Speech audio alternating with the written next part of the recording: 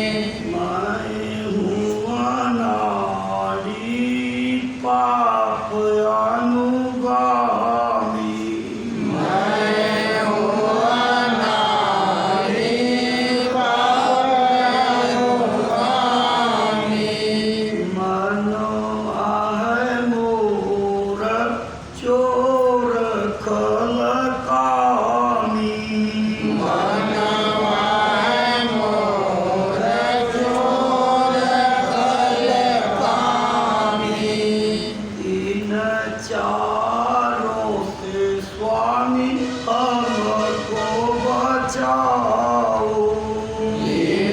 चारों से स्वामी हमको बचाओ। दुखिया की टेर सुना जल्दी से आओ। दुखिया की टेर सुन जल्दी से आओ। पल पल भारी है छीन छीन भारी। पल पल भारी है छिन छिन भारी। अब सुधि लो माए दीन दुखारी। अब सुधि लो मैं दीन दुखारी। निज बच्चों को अपनी गोद में बिठाओ। निज बच्चों को अपनी गोद में बिठाओ। दुखिया की टेर सुना जल्दी से आओ। दुखिया की टेर सुन जल्दी से आओ। जय गुरुदेव स्वामी दरस दिखाओ। जय गुरुदेव स्वामी दरस दिखाओ। दुखिया की टेर सुना जल्दी से आओ।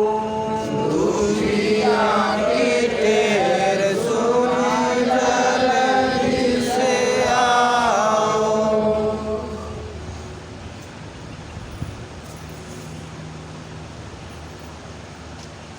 जय गुरुदेव।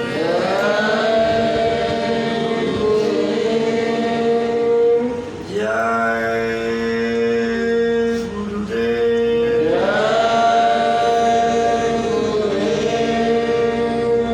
जय गुरुदेव नाम किसका? प्रभु का। प्रभु का पावन नाम। प्रभु का जागृत नाम। जय गुरुदेव।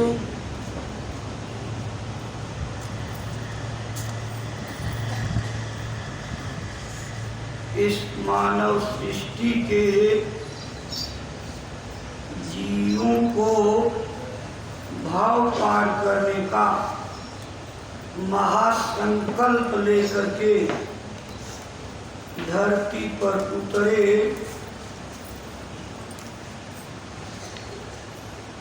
जगताधार परम पूज्य स्वामी जी महाराज के पावन चरण कमलों में अनंतो अनंत प्रणाम। गुरु महाराज के निज रूप उनकी दया कृपा के आधार हमारी संस्था के प्रमुख पूज्य महाराज जी को कोटिशः नमन। संस्था के सम्माननीय वरिष्ठ पदाधिकारी सदस्यगण, आप सभी कार्यकर्ता सेवादार साथियों, तन मन को काबू में करने के लिए निरंतर प्रयत्नशील आप सभी गुरु दर्शन के लिए तड़पते दया के भिखारी साधक भाई बहनों, माताओं, बच्चे बच्चियों, धर्म प्राण सज्जनों, सबको सादर हार्दिक जय गुरुदेव।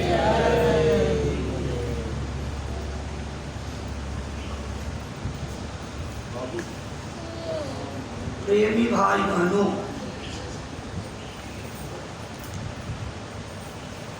भारत अनादिकाल से धार्मिक देश रहा है। इसकी महिमा, इसका ज्ञान विश्वव्यापी रहा है।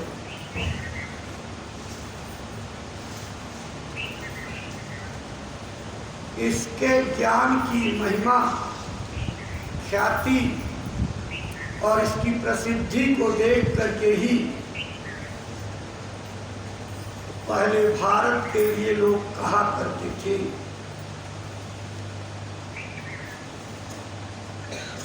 भारत की आली जाह थी, क्या शान किसी दिन देवों में गिने जाते थे इंसान किसी दिन। धरती पे इसी उतरे रहमान किसी दिन, भगवान बन के आए इस धरती पर भगवान किसी दिन। भगवान खुद इस धरती पर उतर करके आता और उसका भेद महान शक्तियों के द्वारा लोगों को मिला करता रहा, आज भी मिल रहा है। जब तक ये मानव सृष्टि का अस्तित्व रहेगा तब तक मिलता रहेगा। लेकिन एक झगड़ा सदैव से आस्तिक और नास्तिकों के बीच में रहा। भगवान को मानने वाले लोगों में भी दो मत हो गए। एक को द्वैतवाद कहते हैं, दूसरे को अद्वैतवाद कहते हैं। द्वैतवाद क्या मानता है? ये जीवात्मा और परमात्मा दो अलग अलग चीज है। अद्वैतवाद इन दोनों को दो नहीं एक मानता है। एक निराकार का पोषक है तो दूसरा साकार का। निराकार और साकार लेकर के बड़े शास्त्रार्थ हुए, बड़ी चर्चाएं हुई, बहुत इस पर किताबें लिखी गई। महान शक्तियों ने अपने समय समय पर इसकी व्याख्या में बड़े प्रमाण लिखी, लेकिन शंकाएं दूर नहीं हुई। लोग भ्रम के घेरे में ही पड़े रहे, क्योंकि संसार में प्रचलित पूजाएं, कर्मकांड और उपासना ये सब जड़ता की है और जड़ बुद्धि में चेतना कभी समझाने से आ नहीं सकती। जड़ बुद्धि वाले को मूर्ख कहा जाता। मूर्ख माने पागल नहीं, मूर्ख माने अचेत नहीं। मूर्ख का मतलब जिसको अपने छोटे से ज्ञान का इतना बड़ा अहंकार हो कि धरती पर मुझसे बड़ा ज्ञानी कोई नहीं है। ये है झूठा अहंकार, और इसी झूठे अहंकार से ग्रस्त लोगों को महापुरुषों ने मूर्ख कहा और कहा चाहे कितना समझाओ लेकिन मूर्ख हृदय न चेत, जो गुरु मिलै बिरंचि सम, ऊलहि परहि न बेट, यद्यपि सुधा बरसहि जलद। कहने का मतलब मूर्ख आदमी को समझाते समझाते कभी उसके अंदर चेतना जाग नहीं सकती, चाहे ब्रह्मा की पदवी वाले गुरु मिल जाएं। जिस प्रकार बेत के पेड़ में बादल अमृत की बरसात करे, फिर भी उसके अंदर फूल और फल नहीं आ सकते। मूर्ख को समझाव तो ज्ञान गांठ का जाए, कोयला होए न उजलो 100 मन साबुन खाए। अपने चंद पंक्तियों का, चंद जानकारियों का, अधूरे ज्ञान का इतना बड़ा अहंकार रखने वाले घमंडी व्यक्ति के अंदर कभी भी ज्ञान प्रवेश नहीं कर सकता। कैसे? जैसे कोयले की भट्टी को, ढेले को खूब रात दिन साबुन से रगड़ रगड़ करके धोइए, लेकिन उजालापन यानी सफेदी उसके अंदर कभी नहीं आ सकती, कभी नहीं पाएगी। 100 मन साबुन आपका खर्च हो जाएगा, जुग जमाने रगड़ते रगड़ते बीत जाएंगे, लेकिन कोयला उजला नहीं हो सकता। ठीक ऐसे मूर्ख आदमी का अल्प ज्ञान का अहंकार कोई मिटा नहीं सकता, क्योंकि उसके ऊपर भूत की तरह से अधूरे ज्ञान की सवारी हो जाती है। प्रेमी भाई बहनों, आज भी साकार और निराकार को लेकर के बड़े विवाद चलते, बड़े झगड़े होते, बड़ी कठबैठी होती है और लोग संतुष्ट होते ही नहीं, क्योंकि असलियत का बोध किसी को नहीं है। साकार और निराकार दो अलग अलग चीजें नहीं हैं, एक ही वस्तु की दो अवस्थाएं हैं। जैसे कोई आपको बैठ करके मुंबई महानगर की गलियों और वहाँ की अट्टालिकाओं और समुद्र के चौपाटी के दृश्य का वर्णन करे, तो अभी तक आपने देखा नहीं, लेकिन उसके वर्णन के हिसाब से एक छवि, एक आकृति, एक कल्पना का चित्र आपके अंदर उभरने लगेगा। ये जो कल्पना का चित्र उभरता है, इसी को निराकार कहते हैं। लेकिन जिस दिन आप जतन करके मुंबई पहुंच जाओ और वहां जा करके वहाँ की सारी अट्टालिकाओं को, बाजारों को, गलियों को, चौपाटी के उस समुद्री किनारे को सब देख लोगे, तो वही कल्पित चित्र आपके सामने दृष्टिगोचर हो जाएगा। इसी को साकार कहते हैं। लेकिन निराकार को साकार में बदलने के लिए तत्वभेदी गुरु की जरूरत है। तत्वभेद जाना नहीं, हरि को कहें निराकार और दीठी खुलत दिख जाएगी। प्रभु सोई साकार। कहते हैं कि तत्व भेद जाने बिना लोग प्रभु को निराकार बताते हुए घूम रहे हैं, लेकिन जिसको तत्वभेदी गुरु, जानकार गुरु, मर्मी सज्जन मिल जाएगा, रास्ता बताने वाला, वो रास्ता जब बता देगा, कमाई करोगे। दीठ खुलत मतलब आँख खुलते ही, दीठ आँख को कहते हैं, तीसरी आँख खुलते ही आपको वही प्रभु जिसको लोग निराकार कहते हैं, तो आपके अंदर साकार रूप में प्रकट हो जाएगा। और आपको तो कहने का मतलब प्रभु एक है, उसकी दो अवस्थाओं का जिक्र करते हुए महापुरुषों ने निराकार साकार बताया।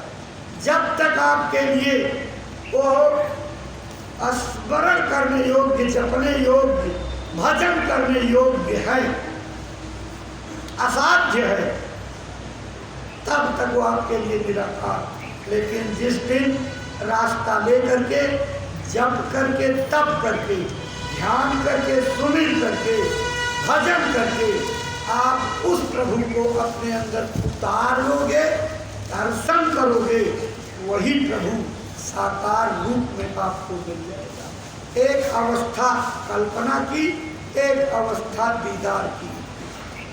दीदार की अवस्था बड़ी सुखदायी अवस्था होती, उसमें कोई विवाद नहीं, कोई झगड़ा नहीं, क्योंकि जो उस वस्तु को पा जाता उसकी जबान चुप हो जाती, और जो अल्प ज्ञानी है वही वाद विवाद और झगड़े करते हैं और जहर फैलता है, लड़ाई का रूप बन जाता है, मार काट पर उतारू हो जाते, नीचा दिखाने पर उतारू हो जाते, चारों तरफ निराकार साकार के पोषक लोगों की आलोचनाएं होने लगती और अंत में सबकी महिमा घट जाती।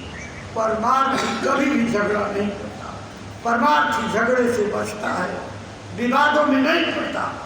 हम आप भी जब गांव में जाते हैं, अनेक ऐसे सवाल जिनको आप समझते हैं कि उत्तर कैसे इसका दे पाएंगे, लेकिन आपको जो वाक सिद्धि मिली हुई है, इसके आधार पर घबराने पर तुरंत गुरु महाराज अपनी दया से आपके मस्तिष्क का स्क्रू चालू कर देते और आपसे ऐसा जवाब निकलता कि रात रात तक आप सोचते रहते हैं, ये बुद्धि में मेरे कहाँ से आ गया, चिंतित होते हो। ये गुरु की अंदरूनी कृपा, उनके वचनों का संकल्प है और उस संकल्प को आप भूले रहते हो, कभी याद नहीं करते हो। गुरु की दया के वचन अगर आपको याद रहें तो कोई माई का लाल आपका कुछ नहीं बिगाड़ सकता, क्योंकि आप छोटी मोटी ताकत नहीं हो, आप बहुत बड़ी ताकत हो। अरे जिसके पास छोटे मोटे देसी और इलाकाई गुंडों का जो है हाथ रहता, वो कितने पड़बोलेपन में रहते हैं। मालूम पड़ता है कि दुनिया में सबसे बड़े जो है जबरदस्त यही है। आपको तो शक्तियों का शक्ति, भगवानों का भगवान, प्रभु का महाप्रभु आपके सिर पर बरदस्त रखे हैं और आप अपने को कमजोर, आप अपने को दीनहीन, आप अपने को बिल्कुल गया गुजरा मानते हो। यही कमजोरी है। जिसके पास अपने गुरु की दया रहती है, अपने मालिक का जो है हाथ रहता है, उसको कभी भी किसी जगह जो है डरना नहीं चाहिए। अगर डरते तो अकेले हनुमान उस लंका में निशाचरों की टोलियों के बीच में जमघट में निर्भीक नहीं होती, लेकिन कष्ट तो सहना पड़ता है। जब लंका में गए थे, आज दरवाजे दरवाजे मंदिर बना करके पूजा हो रही है, लेकिन जब साधना का समय था, जब तपस्या के दिन थे, काम करने के दिन थे, गुरु के हुक्म बजाने के दिन थे, तो क्या झेलना पड़ा मालूम है? जब सारे लोगों ने अंग भंग कर पठई बंदर, इसको अंग भंग करके भेजो ताकि वो दोनों तपस्वी याद करेंगे किसी के दरबार में गया था। सब लोगों ने जो है कहा लगाओ इसकी पूंछ में कपड़ा और आग लगा दो। इतनी पूंछ बढ़ती गई वो गुरु की कृपा से, मालिक की कृपा से, कि लंका के सारे कपड़े तेल घी खत्म हो गए।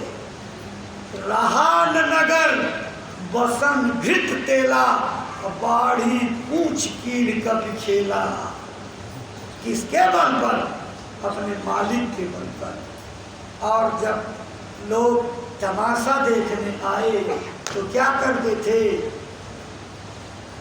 कौतुक का आए पूर्वासी, मारा ही चरण करें बदमाशी। लात मारते थे, लात मार के कहते थे चला हो देखी यही बंदरवा था जो अशोक वाटिका उजाड़ रहा था, काले नहीं उजाड़ रहे थे, लात मार मार करके घायल कर दिया था। लेकिन सबकी अकल कब ठिकाने लगी जब सारा नगर, महाप्रतापी महाबलशाली रावण का नगर धू धू करके जल गया और सारी नगरी खाक हो गई। एक विभीषण की कुटिया अकेली बची। क्यों बची थी जानते हैं? ताकर दूत अनल जन सिरजा, जरा न सोते कारण गिरजा। अपने मालिक के नाम का गुणगान किया करता था। उसका नाम उसकी कुटिया पर अंकित था। रामायुध अंकित गृह, शोभा बरन जाय, नव स्वामी का वृंदिता देख हरस फुटियाय।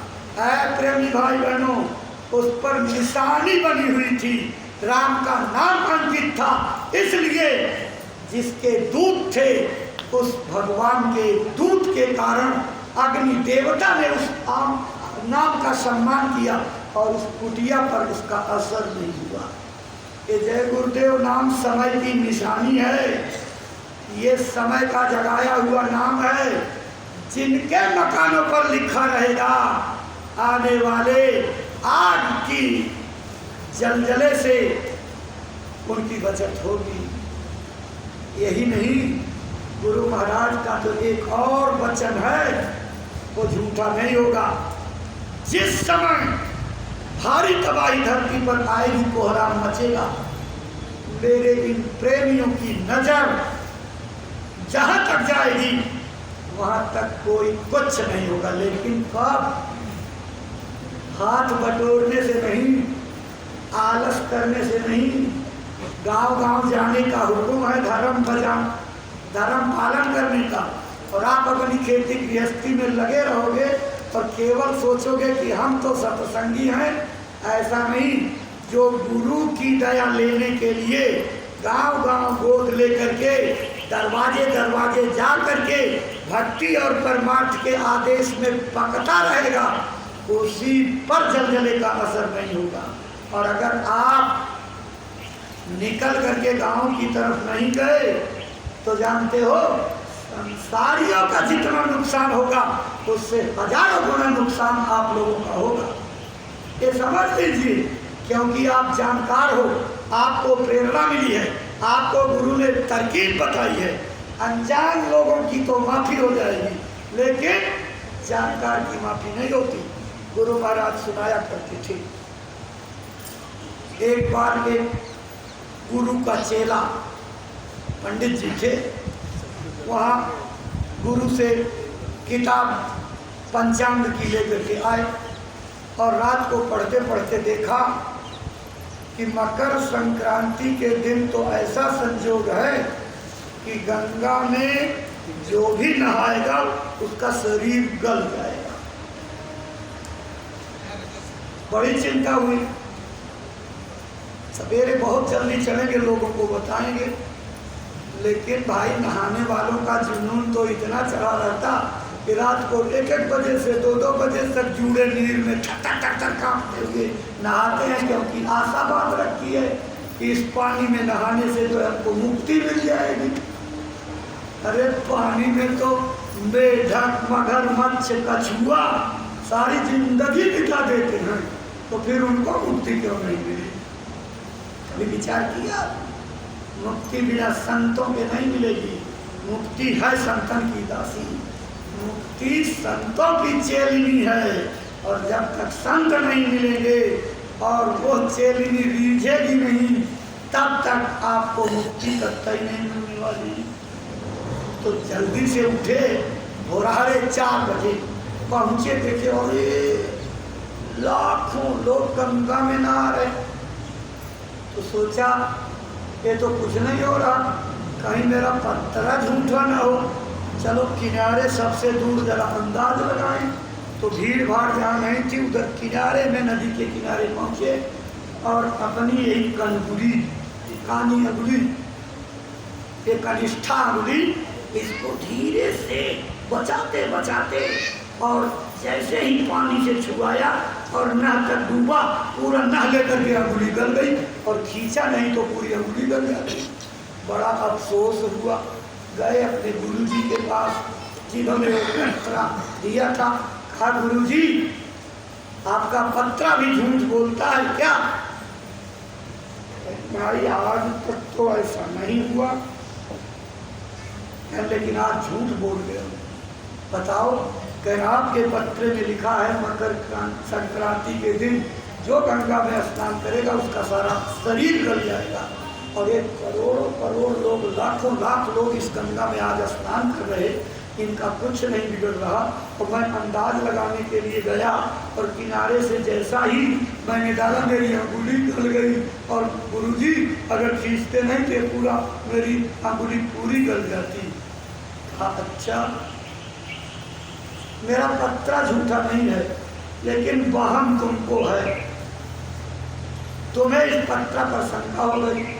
और देखो ये नहाने वाले लोग कोई मुहूर्त नहीं जानते, इनको मुहूर्त पता नहीं है। ये श्रद्धा और आस्था से नहा रहे, इसलिए श्रद्धा और आस्था का फल देना ये प्रभु का काम है। आपको मालूम है राम कृष्ण देवी देवता की पूजा करने वालों की आस्था का फल देने का अधिकार समय के सद्गुरु को होता है। समय के सद्गुरु ही उस फल को देते हैं, दूसरा कोई भगवान नहीं देता। भगवान कुछ नहीं देता। धरती के सर्वा, धरती के सर्वेश्वर, धरती के शहंशाह, जीवात्माओं के बादशाह को मालिक हुआ करते हैं गुरु, और वही जो चाहे कर सकते हैं। उनके अलावा धरती पर कोई कुछ नहीं कर सकता। उनके आदेश में देवी देवता थर थर कांपते रहते, कोई आगे नहीं आता।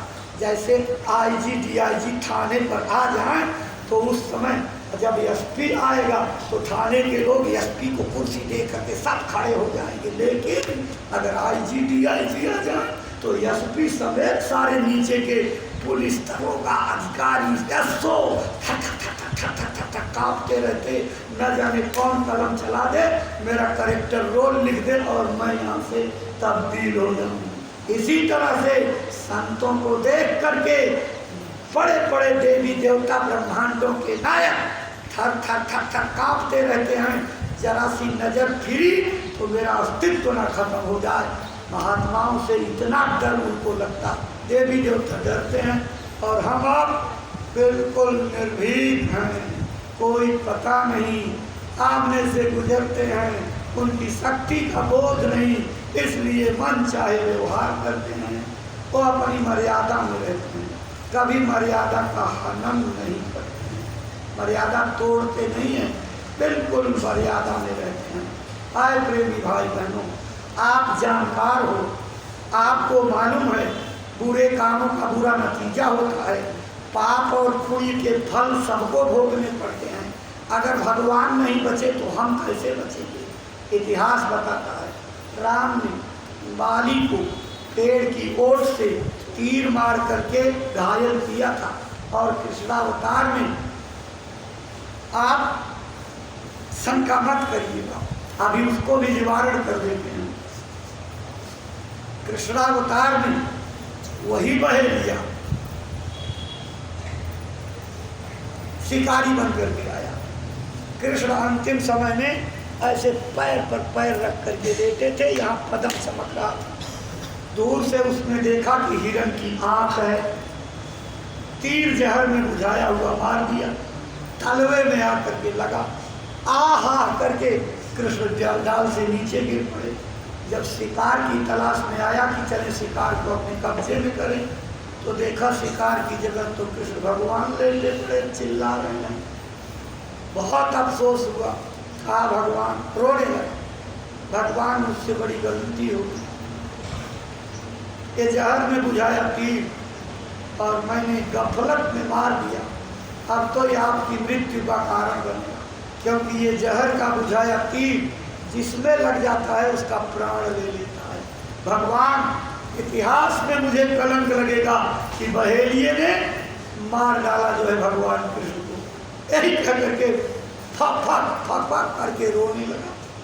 कृष्ण ने नजदीक बुलाया, बैठाया और अपने हाथों से आंसू पोंछते हुए कहा, बहेलिए तू चिंता मत कर, तेरा कोई दोष नहीं, तेरे को कोई कलंक नहीं लगेगा। ये तो मेरा तेरा लेन देन है, धरती पर कोई अपने लेन देन को लेकर के नहीं जा सकता, सबको लेना देना पूरा करना पड़ेगा, कोई बचेगा नहीं। मैंने तुमको बाली के रूप में पेड़ की ओट से तीर मार करके घायल किया था, ठीक उसी तरीके से ओट से तीर मार करके तुमने भी मुझे घायल किया। तेरा प्राण चला गया, मेरे भी प्राण चले जाएंगे, मेरा और तेरा अदला बदला पूरा, कर्म कर्जा खत्म। अगर तू ये उपकार नहीं करता तो मुझे तीसरा अवतार लेकर के तेरे कर्मों का बदला चुकाना पड़ता। कुछ ज़्यादा होशियार सत्संगी मन में सोचते हैं कि गुरु महाराज बताया करते थे कि राम अलग धाम से उतरे थे, कृष्ण अलग धाम से उतरे थे, तो ये गुरु महाराज राम और कृष्ण को एक ही अवतार बताते हुए क्यों ये घटना सुनाते हैं? आखिर जब गुरु महाराज राम का दर्जा अलग लोक से आया और कृष्ण प्रकृति लोक से आए तो दोनों को एक अवतार क्यों मान लिए? देखो, यह बात दुनिया को समझाने के लिए गुरु महाराज कहते हैं, और दुनिया यही मानती है कि जो राम थे वही कृष्ण बन करके आए। अगर शुरू में उनकी आस्था को चोट पहुंचाते हुए कोई बात कह दी जाए तो उनकी श्रद्धा प्रभावित होगी और कहेंगे ये तो विचित्र ही बात सुनाते हैं, तो कभी संगत में आकर के आपकी बातों को समझने की कोशिश नहीं करेंगे। इसलिए पहले उनकी आस्था को आप स्वीकार करो, जुड़ जाएंगे तो धीरे धीरे उनको पता लग जाएगा कि राम कौन है, कृष्ण कौन है, भगवान कौन है, राम कौन है, शंकर कौन है, बजरंग बली कौन है, देवी देवता कौन है। जब सत्संग में आएंगे ही नहीं, दूर दूर पड़े रहेंगे तो उनको क्या पता लगेगा। इसलिए जब सत्संग में ले आओगे तब रहते रहते सीखेंगे कि अरे यहाँ का तो कुछ और ही अलग नजारा है। मन मथुरा, दिल द्वारिका, काया काशी जान, दसों देह का दसों द्वार का देहरा, तावे ज्योति पिछान। रामायण का अयोध्या और कुछ है, ये नहीं है। रामायण के राम और हैं, रामायण की कैकेयी और मंथरा और हैं। ये आप जो है पात्र के रूप में, ये तो उसके बहाने गोस्वामी जी ने सच्चे ज्ञान को आपके सामने रख दिया और आप उसी कहानी के पीछे भागते चले जाओ तो आप जो है परमार्थ से दूर चले जाओगे। तो स्वामी जी ने स्पष्ट लिखा है, इसको खोल करके पढ़िए। यहाँ न पक्षपात कछु राखम, वेद पुराण संत मत भाखम। मैं कोई पक्षपात नहीं करता हूँ, मैं इस रामायण में वेद मत, पुराण मत और संत मत का वर्णन किया हूँ। और इसी को इशारा शुरू में किया है, नाना पुराण निगमागम वेद सम्मतम जद रामायणे निगदितम क्वचित अन्य तो भी। इसमें सारे वेदों का निचोड़, सारे पुराणों का निचोड़, सारे उपनिषदों का निचोड़, सारे शास्त्रों का निचोड़, जितने भी धरती पर अगम निगम हैं सबका निचोड़ रखते हुए थोड़ा सा कुछ और डाल दिया है। जो थोड़ा सा कुछ और डाला है वही निखालिस संत मत है। इसको कौन उसमें से निकाल पाएगा? उन्होंने कहा है कि गुण चेतन, जड़ चेतन गुण दोषमय, विश्व की निकरतार, संत हंस पय गहै गुण परिहर बार विकार। जड़ और चेतन को गुण और दोष को मिला करके मैंने इस संसार की रचना की। लेकिन इस मिलौनी में से जिस तरह हंस चोंच लगा करके दूध को पी लेता, पानी को छोड़ देता, इसी को वीर क्षीर विवेक कहते हैं। हंस के अंदर ये गुण होता, पानी और दूध मिला के रख दीजिए तो वो चोंच लगा करके खाली पानी जैसे क्रीम को निकाल लेगा और दूध को और पानी को छोड़ देगा, पानी खाली बचा रहेगा। जैसे हंस उस दूध की मिलौनी में से दूध निकाल लेता, ऐसे ही संत इस संसार की सार वस्तु को निकाल करके और जीवों का बेड़ा पार कर देते हैं। इसलिए वीर क्षीर विवेकी संत की जरूरत पड़ेगी, जो इस संसार से सार वस्तु निकाल करके और आपको भक्ति के मार्ग पर लेकर चले। किताबें लाख पढ़ डालिए और तीर्थों में खूब माथा रगड़िए, लेकिन कहीं कुछ नहीं। पोथी पढ़ी पढ़ी जरूर, पंडित भया न कोई, ढाई आखर प्रेम का पढ़े सो पंडित हो। जब तक शब्द ढाई अक्षर का नहीं मिलेगा, शब्द भेदी नहीं मिलेगा, शब्द का रास्ता बताने वाला नहीं मिलेगा, तब तक आपका कल्याण नहीं होगा। साकार निराकार का झगड़ा खत्म नहीं होगा, प्रभु का चश्म दीदार नहीं होगा। इसलिए साकार निराकार से निकलो, जड़ पूजाओं से निकलो, उपासनाएं कुछ नहीं देंगी। महाराज जी ने बार बार आपको सुनाया है, सारे कर्म कांड करके लोमस ऋषि ने देख लिया और अंत में जिसने अपने बेटे को भरमा दिया, ब्रह्मा के मानस पुत्र थे लोमस ऋषि, जो अपने बेटे को मुक्ति की राह न बता करके और जब फंसा दिया तब जाकर के भेद बताया। जानते हैं फंसाया कैसे? जब सब कर्म कांड करते करते थक गए, जल की पूजा की तो जल की योनि, वृक्ष की पूजा की वृक्ष की योनि, जिस तरह की पूजा प्रचलित सब करने के बाद उनके करोड़ों करोड़ों जन्म बीत गए, लेकिन जब नहीं मिली तो कहा, अरे लोमस तुम इसके चक्कर में क्यों पड़ते हो? ऐसा है, मैं तुमको एक वरदान देता हूँ, मेरे जैसे ब्रह्मा का जब एक जीवन खत्म हो जाएगा तब तेरे शरीर से एक रोआ यानी बाल टूट करके गिर जाएगा। एक ब्रह्मा का जीवन खत्म होने पर एक बाल टूटेगा और जब तेरे सारे बाल टूट जाएंगे तब तेरी मृत्यु होगी, इसके पहले तू मरेगा नहीं। और 1,67,997,967वीं सृष्टि ये चल रही है जिसमें, और अभी तक जानते हैं लोमस ऋषि के ये घुटने के नीचे के बाल झड़े हैं, बाकी सारे शरीर के बाल अभी ज्यों के त्यों हैं। जब इतना फंसा लिया तो फंसाने के बाद चंगुल में लेने के बाद कहा, ये सब झूठ मुक्ति की आशा, मुक्त मिले संतन के पासा। लोमस ऋषि ये सुनो विचारा, संत शरण में हो उबारा। संतों के शरण में जाने से उद्धार होगा, इसके अलावा कोई रास्ता नहीं।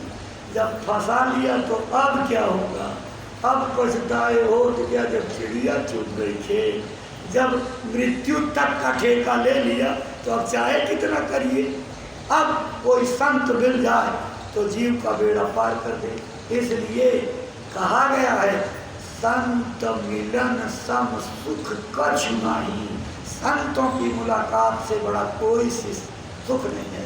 इसलिए आज साकार निराकार से निकल करके, इस मौत की घाटी से निकल करके जीते जी अपने प्रभु के दर्शन दीदार का रास्ता पूज्य महाराज जी बताएंगे। 8:30 बजे से कुटी के अंदर बताने वाले हैं। आप 8 बजे तक आवश्यक रूप से पहुंच जाएंगे। घाट पर हाजिर रहोगे, बात नहीं छूटेगी। एक दो बात छूट गई तो फिर अधूरा ज्ञान खतरनाक होता है। इसलिए कोई बात छूटे नहीं, पूरी बात सुनने लावे तो 8 बजे तक आइएगा। सामने काउंटर लगा हुआ, यहाँ रसीदें कटती हैं, यहाँ पर रसीदें कटा करके आप वहाँ पहुँचाइएगा। 2 घंटे का समय, 1.5 से 2 घंटे का समय लगता है इस पाठ को पढ़ने में। उस समय महाराज जी की आंखों में आंखें मिला करके एक एक वचन सुनिएगा।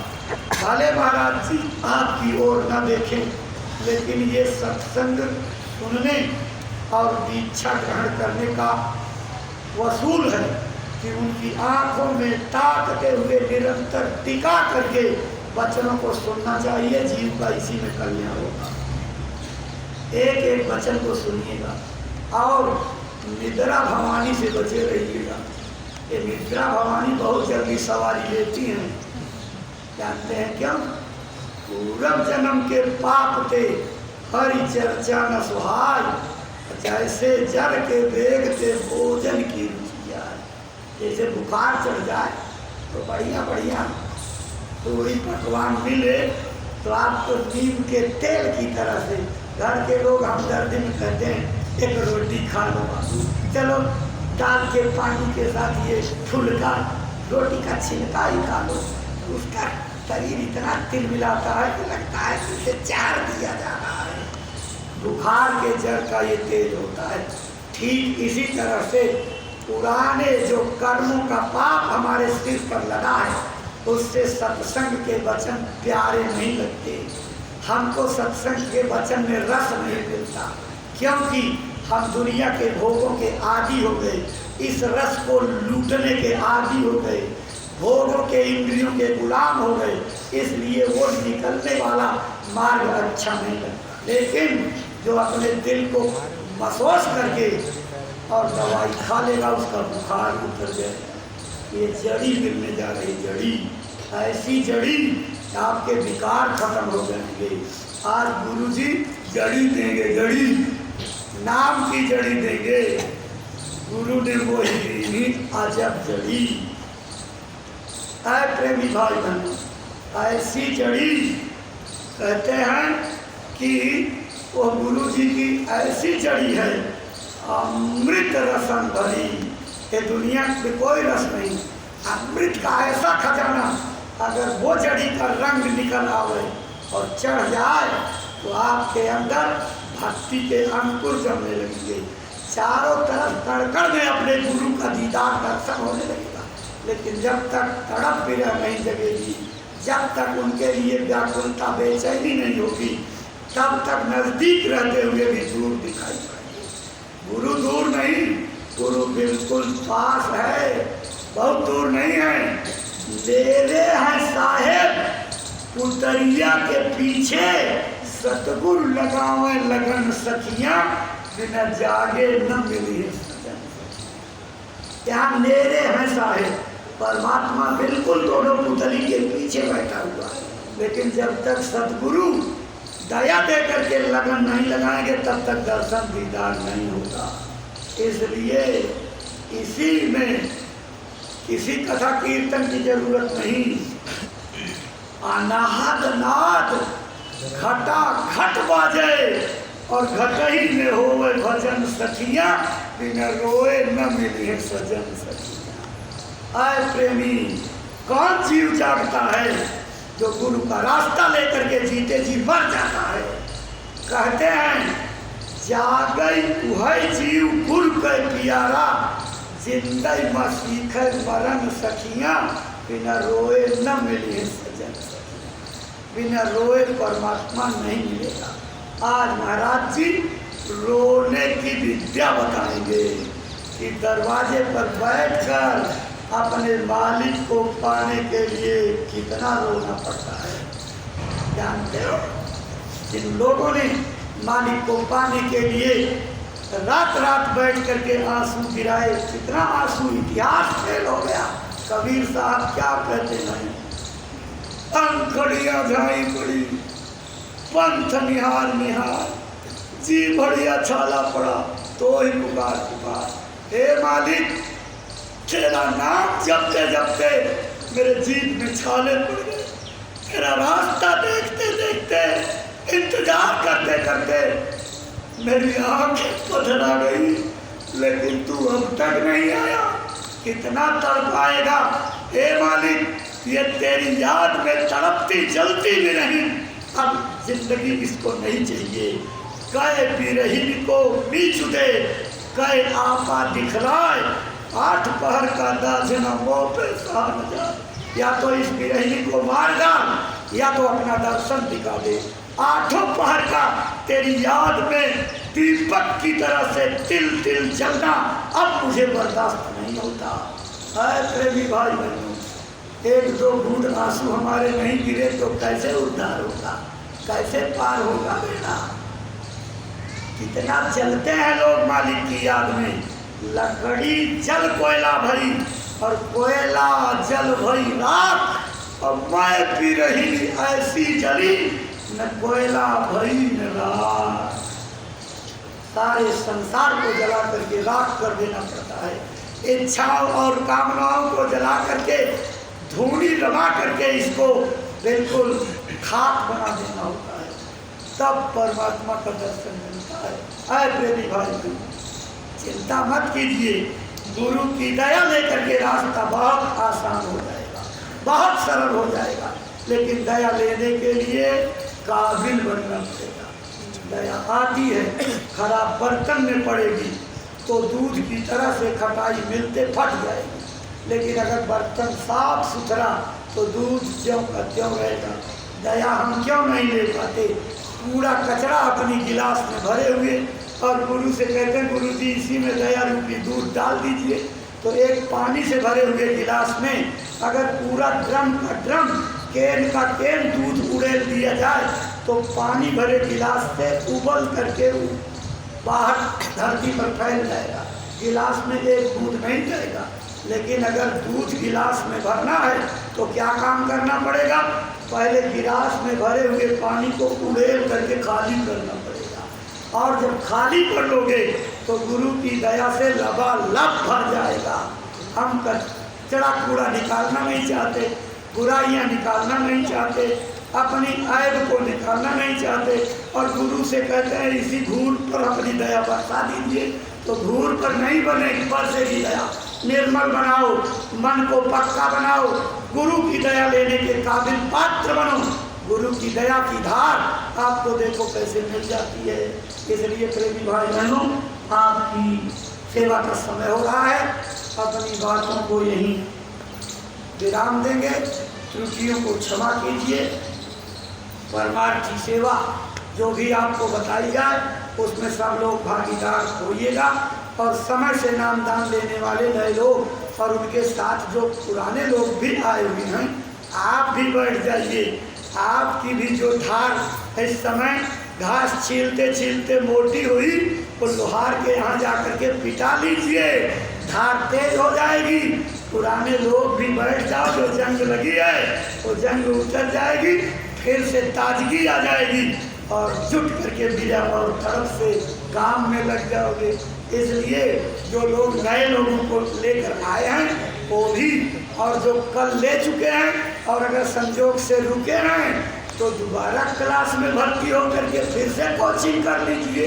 फिर से कर लोगे तो आपको बहुत अच्छे तरीके से अभ्यास हो जाएगा। इसलिए जो लोग जो हैं नए आए उनको आगे बैठने दीजिएगा। आप लोग थोड़ा पीछे हट करके पुराने लोग बैठेंगे, बातें आपको सुनने को मिलेंगी। यहीं अपनी बातों को विराम देते मालिक की दया और कृपा को याद करते हुए सब लोग उनके नाम का उच्चारण करिए। जय गुरुदेव, जय गुरुदेव। नाम किसका? प्रभु का पावन नाम, प्रभु का जागृत नाम। बाबा जय गुरुदेव जी महाराज का कहना है शाकाहारी रहना है। और पूज्य महाराज जी की प्रार्थना, हाथ जोड़कर विनय हमारी हो जाए सब शाकाहारी। बाबा जी की अर्जी है, आगे आपकी मर्जी है। स्वामी जी की अर्जी है,